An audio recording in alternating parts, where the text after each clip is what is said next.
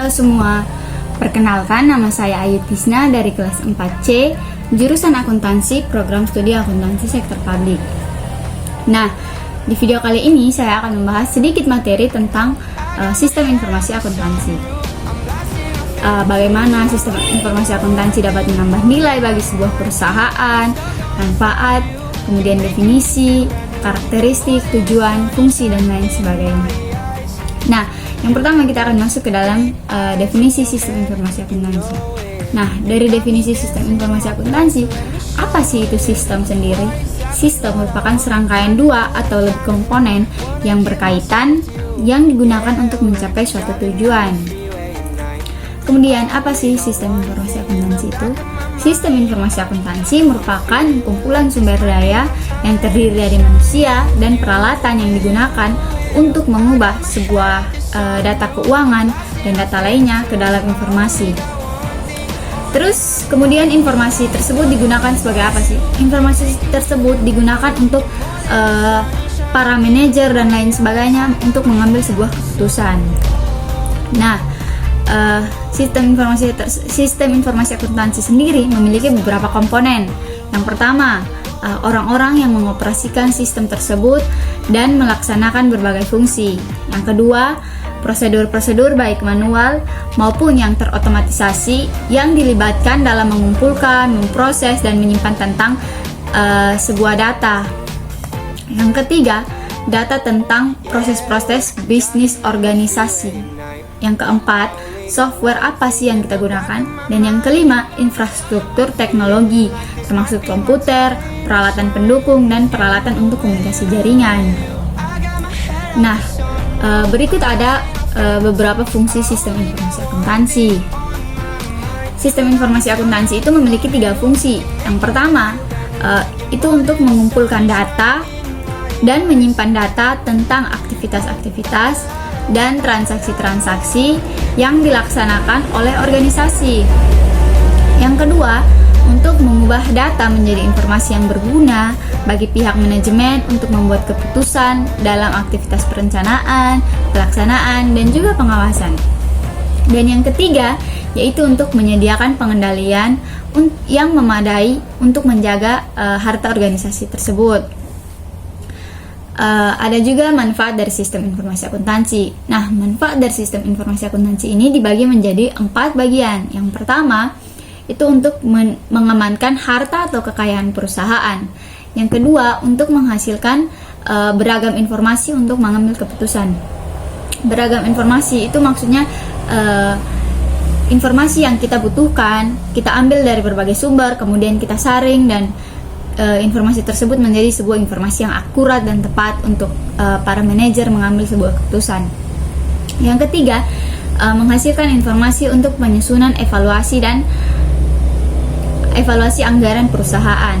Yang keempat, menghasilkan informasi yang diperlukan untuk kegiatan perencanaan dan pengendalian. Ada juga perbandingan otomatisasi dengan sistem informasi manual. Nah, kalau sistem informasi akuntansi manual, itu yang kita lakukan adalah mencatat transaksi dalam buku jurnal pembelian, jurnal penjualan, dan lain-lain. Kalau dalam sistem akuntansi otomatis itu kita biasa sebut dengan input, yaitu mencatat transaksi ke dalam file transaksi. Yang berikut kalau siklus akuntansi manual, yaitu yang kedua memposting, yaitu kita memposting setiap entry dari jurnal yang tadi kita sudah catat ke dalam jurnal pembelian, jurnal penjualan, itu kita masukkan ke dalam buku besar pembantu. Terus kalau di siklus akuntansi otomatisasi disebut apa sih? Itu proses. Itu mencatat semua transaksi ke dalam file, misalnya transaksi penjualan ke dalam buku master piutang. Yang berikut ada siklus akuntansi manual, itu ada memposting. Itu kita memposting total jurnal penjualan ke misalnya kita memposting jurnal penjualan, total jurnal penjualan ke dalam buku besar. Dalam sistem akuntansi otomatisasi itu disebut juga dengan proses, yang mana itu kita mentotal transaksi kemudian kita memasukkan ke dalam file dan mencatatnya dalam file master buku besar. Dan yang terakhir adalah meringkas. Dalam sistem akuntansi manual, itu meringkas tuh sama dengan menyiapkan neraca lajur atau neraca saldo. Nah, kalau dalam siklus akuntansi otomatisasi, itu disebut juga dengan memanggil file buku besar ke dalam neraca lajur. Nah, apa sih peran SIA dalam rantai nilai? Yang pertama ada primary activity. Itu dibagi menjadi inbound logistik, operation, and outbound logistik. Nah, inbound logistik sendiri dibagi menjadi 3 bagian. Yang pertama penerimaan, penyimpanan, dan distribusi. Kemudian operation dibagi menjadi 1. Yang pertama yaitu aktivitas mengubah input menjadi jasa atau produk jadi. Dan yang terakhir adalah outbound logistik, distribusi produk kepada para pelanggan. Nah, yang pertama tadi kita membuat inbound logistik, penerimaan. Kita menerima, kemudian kita menyimpan barang tersebut. Kemudian kita melakukan proses operation, yaitu kita mengubah barang tersebut menjadi produk jadi. Kemudian outbound logistik, yaitu kita mendistribusikan produk jadi tersebut kepada para pelanggan. Dan yang berikut adalah marketing and sales, yaitu periklanan dan promosi. Setelah kita membuat barang tersebut menjadi produk jadi, kemudian kita siap mendistribusikan kepada para pelanggan. Nah, di situ ada bagian marketing dan sales yang harus menggunakan iklan dan promosi agar masyarakat luas tahu bahwa kita telah membuat sebuah produk. Dan yang berikut adalah service.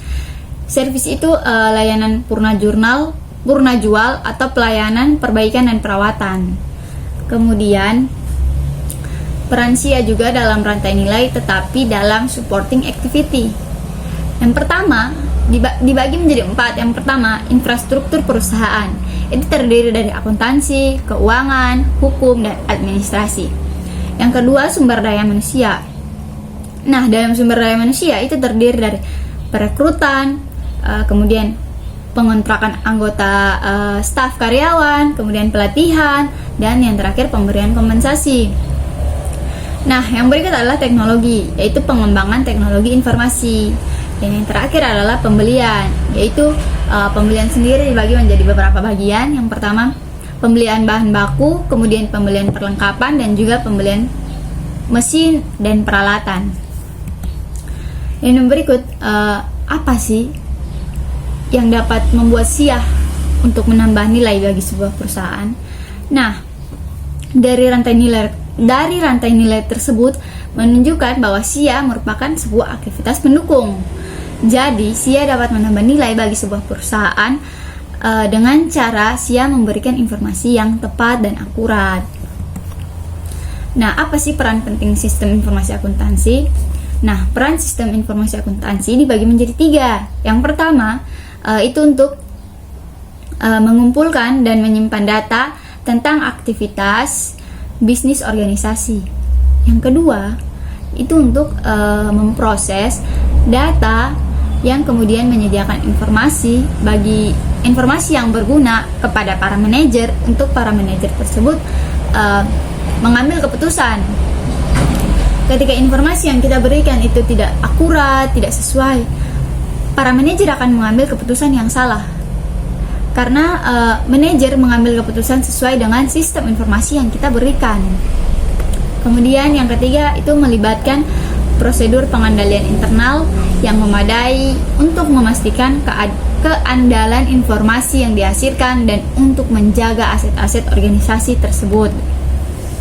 Nah, yang berikut, apa sih karakteristik informasi? Di sini karakteristik informasi dibagi menjadi beberapa bagian. Pertama tuh relevan. Apa sih itu relevan yang dimaksud? Nah, yang dimaksud relevan yaitu sesuai dengan keadaan sebenarnya. Kita tidak mengada-ngada. Informasi apa yang kita dapatkan, kita tuangkan ke dalam informasi tersebut, sistem tersebut. Ketika kita tidak mendapatkan suatu informasi, kita tidak boleh langsung menaruh informasi tersebut, yaitu tidak benar. Yang berikut andal. Andal itu bebas dari kesalahan secara akurat. Yang berikut lengkap. Apa sih itu lengkap? Tidak menghilangkan aspek penting lainnya. Misalkan kita mendapatkan sebuah informasi tentang bagaimana cara menghadapi sebuah musibah. Ada berbagai cara. Misalnya ada 6 cara, tetapi yang kita tuangkan ke dalam sistem informasi tersebut cuman 4. Nah, itu kita sudah salah. Itu tidak termasuk karakteristik sistem informasi. Karena sistem informasi yang baik, tepat, itu harus lengkap, yaitu kita tidak boleh menghilangkan satu dari antara poin-poin penting. Yang keempat, tepat waktu. Itu diberikan pada saat yang tepat. Dan yang kelima, dapat dipahami. Nah, sistem informasi yang kita sampaikan harus jelas dan dapat orang lain pahami. Dan yang berikut ada dapat diidentifikasikan, yaitu bekerja secara independen. Nah, di sini juga terdapat beberapa siklus pemrosesan transaksi. Siklus pemrosesan transaksi dibagi menjadi beberapa bagian. Yang pertama, siklus pendapatan, ada siklus pengeluaran, kemudian ada siklus produksi, dan juga ada siklus keuangan. Nah, dari keempat siklus tersebut, apa sih itu siklus pendapatan, siklus pemrosesan, pengeluaran, produksi, keuangan? Apa sih mereka sendiri? Nah, siklus pendapatan sendiri sering disebut dengan revenue cycle. Nah, itu merupakan serangkaian aktivitas bisnis dan operasi pemrosesan informasi terkait yang terus-menerus dengan menyediakan barang dan jasa kepada pelanggan dan menerima kas sebagai pembayaran atas penjualan tersebut. Siklus yang terjadi dari transaksi penjualan dan penerimaan kas. Nah, siklus pendapatan sendiri itu biasa kita dapat dari siklus penjualan, penerimaan. Di saat kita melakukan penjualan maupun penerimaan, pasti kita akan mendapatkan sebuah pendapatan. Saat kita menjual sesuatu, misalnya kita menjual handphone, otomatis kita akan mendapatkan uang sebagai pembayaran. Mau melalui itu tunai maupun melalui debit, tetap kita akan mendapatkan pendapatan. Yang berikut ada siklus pengeluaran.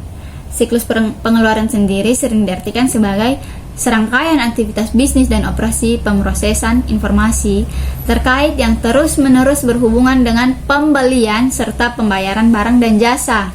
Siklus ini terdiri dari siklus pembelian dan pengeluaran kas. Nah, ini siklus pengeluaran itu berhubungan dengan apa sih yang kita keluarkan ketika kita melakukan pembelian barang.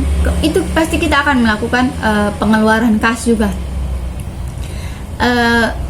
Misalnya kita membeli sebuah mobil untuk sebuah perusahaan beroperasi. Nah, di situ kita akan mengeluarkan uang untuk membayar mobil tersebut. Itu yang dinamakan pengeluaran kas. Kalau kita membeli sesuatu, terus kita membayar hutang, kita mempunyai hutang, maka itu juga disebut sebagai pengeluaran kas karena kita membayar hutang. Kemudian ada siklus produksi. Nah, siklus produksi tersebut diartikan sebagai serangkaian aktivitas bisnis dan operasi pemrosesan informasi terkait yang terus berhubungan dengan pembelian produk. Siklus ini terdiri dari transaksi yang berhubungan dengan pengubahan bahan mentah menjadi produk atau jasa yang siap dipasarkan. Nah, siklus produksi tersebut sering diartikan sebagai bagaimana kita membuat barang mentah. Kita membeli sebuah barang mentah atau produk dari tempat lain, kemudian kita olah menjadi sebuah bahan baku atau produk yang siap kita pasarkan. Dan terakhir adalah siklus keuangan. Siklus keuangan sendiri diartikan sebagai suatu proses penyediaan laporan keuangan perusahaan dalam suatu periode waktu tertentu. Siklus ini dimulai dari terjadinya transaksi sampai penyiapan laporan keuangan pada akhir periode. Nah, di sini dijelaskan bahwa siklus tersebut dimulai dari terjadinya transaksi. Nah, pada saat kita membeli sesuatu, otomatis terjadi transaksi. Transaksi tersebut dicatat ke dalam jurnal pembelian, pengeluaran, penjualan, penerimaan kas, pengeluaran kas, dan sebagainya. Kemudian jurnal tersebut dimasukkan ke dalam buku besar. Dari buku besar tersebut kita akan membuat sebuah neraca lajur. Dari neraca lajur tersebut kemudian kita akan membuat sebuah laporan keuangan untuk akhir periode. Nah, apa sih fungsi dari sistem informasi tersebut? Nah, fungsi sistem informasi itu dibagi menjadi 5. Yang pertama ada fungsi analisis, kemudian ada fungsi pemrograman, fungsi operasi, fungsi dukungan teknis, dan juga fungsi dukungan pemakai. Kemudian kita akan masuk ke dalam akuntansi dan pengembangan sistem. Tahapan-tahapan pengembangan sistem akuntansi meliputi 3 bagian. Yang pertama, analisis sistem. Analisis sistem sendiri terdiri dari beberapa bagian. Yang pertama, analisis sistem. Yang kedua, penyusunan usulan pelaksanaan analisis sistem. Yang ketiga, pelaksanaan analisis sistem. Dan yang keempat, penyusunan laporan. Yang pertama, kalau kita mengartikan dalam bahasa kita sehari-hari, yang pertama tuh kita harus melakukan analisis. Dan yang kedua, kita harus menyusun usulan untuk melaksanakan analisis sistem tersebut. Yang ketiga, kita harus melaksanakan. Yang keempat, kita harus menyusun laporan atas hasil analisis yang telah kita usulkan tadi. Kemudian yang kedua, tahapan yang kedua yaitu sistem, desain sistem. Nah, desain sistem dibagi menjadi beberapa bagian juga. Yang pertama, desain sistem secara garis besar, kemudian penyusunan usulan secara garis besar, yang ketiga evaluasi sistem, yang keempat penyusunan laporan final desain sistem secara garis besar, dan kemudian yang terakhir adalah desain sistem secara rinci, dan yang terakhir adalah penyusunan laporan final desain sistem secara final. Nah, itu kalau kita artikan dalam bahasa kita sehari-hari, maka desain sistem itu terdiri dari desain sistem secara garis besar. Desain sistem secara garis besar itu bagaimana kita mempraktekkan, kita menulis apa yang telah kita dapatkan. Kemudian penyusunan usulan, kita memberikan usulan. Kemudian ada evaluasi dari usulan tersebut. Mereka akan melakukan evaluasi apakah usulan ini pantas untuk dibuat laporan atau tidak. Yang keempat, penyusunan laporan final desain sistem secara garis besar. Dan yang kelima, desain sistem secara rinci. Nah, ketika semuanya telah selesai, maka mereka akan membuat desain yang paling rinci.